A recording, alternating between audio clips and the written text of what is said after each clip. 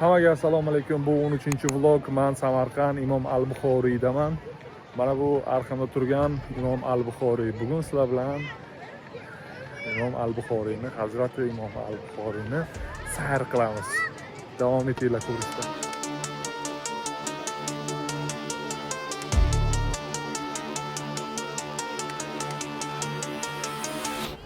Xullas, biz Aziz bilan keldik vlog qilishga YouTube uchun. Bilasizlarmi? 45 gektarga shunaqa chiroyli ziyoratgoh qurib qo'yibdilar. Qaranglar. Qayta tiklangan bu. O'zi bu al-Buxoriy bor edi. To'g'rimi, Aziz? Al-Buxoriy oldin bor edi, bu yerda majmuasi, ya'ni ziyoratgohi va hurmatli prezidentimiz Shavkat Mirziyoyev tomonidan boshqatdan mana shunaqa rekonstruksiya qilib qurildi va ko'rishingiz mumkin, bu yer Toj Mahal emas, aynan Samarqanddagi al-Buxoriy ziyoratgohi hisoblanadi. Hozir kechki ko'rinishini Isroil Tahirov bilan birgalikda ko'rsatmoqdamiz. Al-Buxoriy haqida qisqacha ma'lumot berib va ichkarini ham birgalikda aylanib ko'ramiz. Ketdik ichkari.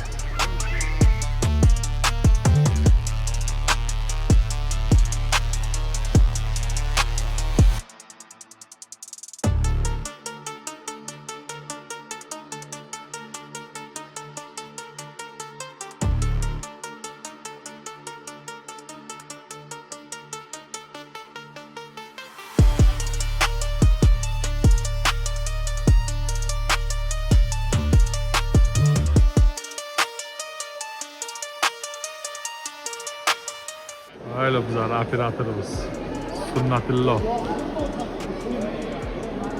Mana bu içi.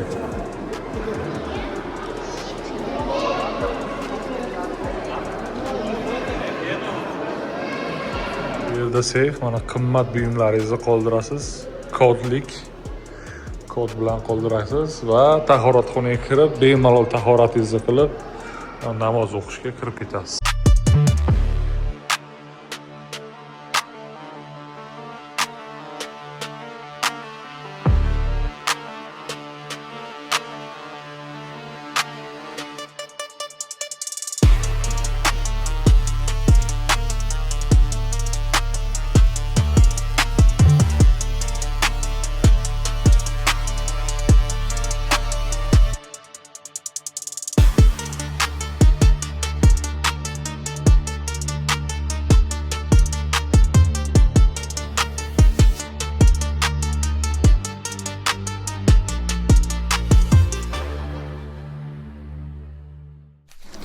Al-Buxoriy bobomiz 810-yilda tavallud topganlar va 870-yilda vafot etganlar, 16 yoshlarida haj qilganlar va umrlarini oxirigacha hadis to'plashga umrlarini baxshida etganlar. Odam ko'p jigarlar.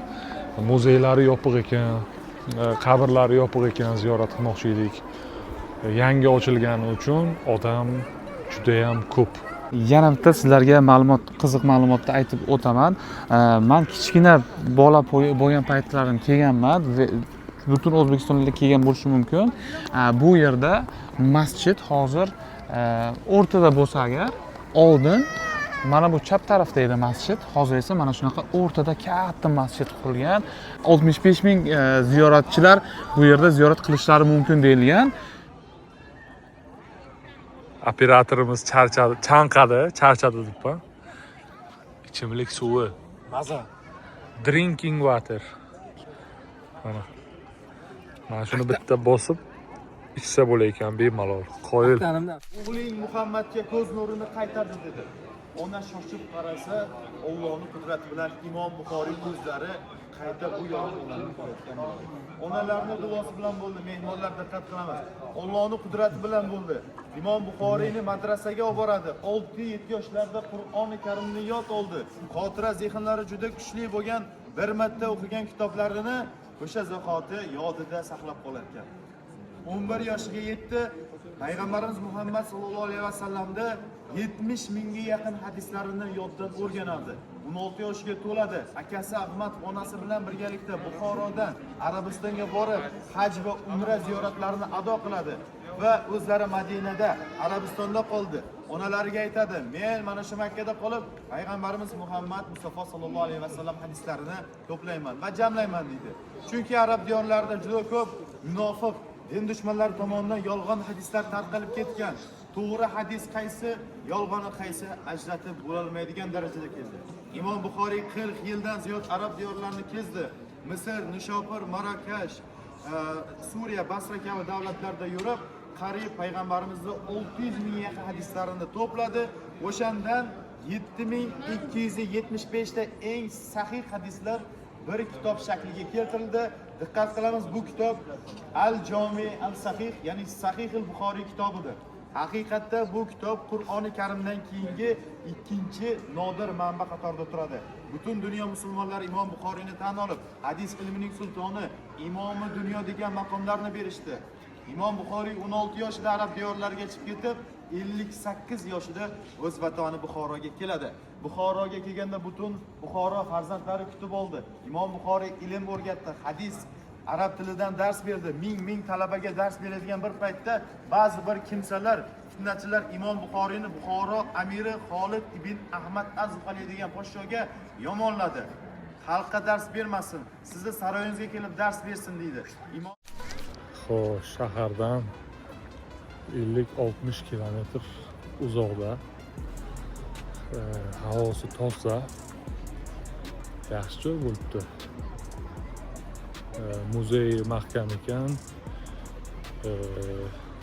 kira olmadik. Lekin mana qaranglar, qanaqa chiroyli.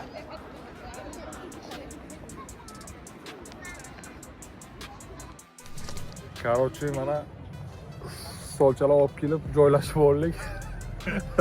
Mana Azizboy, mana ishida Vlog sizlarga yoqgan bo'lsa, bitta like bosib, izohda Tohirovga obuna bo'lib qo'yishni unutmang, hamda izohlarda o'zingizni fikringizni yozib qoldiring. Обязательно mana bizlar Sunnat jonimiz. Men уже charchadim Sunnat media. Mobilogger, Sunnat media. Zigar mana. Shunaqa gaplar. Ko'rishganda ko'rishguncha deganlar. Keyingi vloglarda ko'rishamiz, xudo xolasa.